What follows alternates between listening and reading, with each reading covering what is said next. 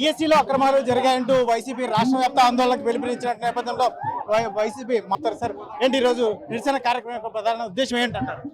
GSL medical institutions మరియు కిమ్యూ international university భాగస్వామ్యంతో Indian aligned MBBS course అడ్మిషన్లు అందిస్తోంది నియో. ముఖ్యంగా దీంట్లో చాలా అవకతవకలు జరిగాయి కాబట్టి ఇమ్మీడియట్ గా లోకేష్ గారు రాజీనామా చేయాలి. స్పోర్ట్స్ కోటాలో అన్యాయంగా ఎవరికైతే స్పోర్ట్స్ కోటాను అడ్డం పెట్టుకొని మెరిట్ స్టూడెంట్ కి అన్యాయం జరిగిందో అలాంటి వాళ్లకు న్యాయం చేయాల్సిన అవసరం ఉంది. ఇమ్మీడియట్ గా వాళ్లకు మీరు మళ్ళా పోస్టులు సృష్టిస్తారో అవన్నీ ఎలా చేస్తారో వాళ్ళందరికీ మెరిట్ స్టూడెంట్ ప్రతి ఒక్కరికి కూడా న్యాయం చేయాల్సిన అవసరం ఉంది.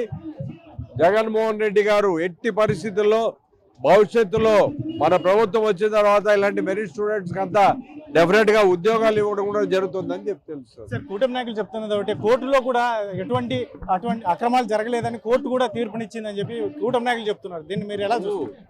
ప్రజాక్షేత్రంలో కోర్టు చెప్పిందని చెప్పి తప్పించుకోవడం కాదు, మన అంతరాత్మ అనే కోర్టు ఒకటి ఉంటుంది. దాన్ని బట్టి ఆలోచన చేసుకోవాల్సిన అవసరం ఈ ప్రభుత్వం అనుకుందని చెప్పి కూడా తెలియజేస్తారు. సార్, మీరు ప్రధానంగా సిబిఐకి రావాలని చెప్పేసి మీరు డిమాండ్ చేస్తున్నారు. దానికి కట్టుబడి సిబిఐ ఎంక్వైరీ చేస్తే పచ్చిగా వాళ్ళు ఏం చేసిండే అవాస్తవాలన్నీ కూడా తెలుస్తాయి. డెఫినెట్ గా దాని మీద వీళ్ళ అవినీతి బయటపడుతుందనే భయంతో సిబిఐకి ఇచ్చిన పరిస్థితి లేదు. గతంలో జగన్మోహన్ రెడ్డి గారు ఏది అడిగినా సిబిఐకి ఇవ్వడం జరిగింది. గతంలో ముఖ్యమంత్రి చంద్రబాబు నాయుడు గారు అసలు సిబిఐని మేము అలౌ చేయమని చెప్పిన ఘనత వాళ్ళది. ఇప్పుడు మళ్ళా సిబిఐకి ఇస్తే మళ్ళా ఏమీ అన్యాయాలు అవినీతి బయటపడుతుందనే దాంతో ఆయన దాన్ని అస్సలు మాట్లాడడం కూడా లేదన్నది వాస్తవం. మొన్నటి రోజు కర్నూలులో అభ్యర్థులంతా కూడా ఒక నిరసన చేపట్టారు, ఉద్యోగాలు సాధించిన వ్యక్తులు. దీన్ని ఎలా చూస్తున్నారు? నిన్నటి రోజు కూడా దాంట్లో 3% తెలుగుదేశం కార్యకర్తలు ఉన్నారు.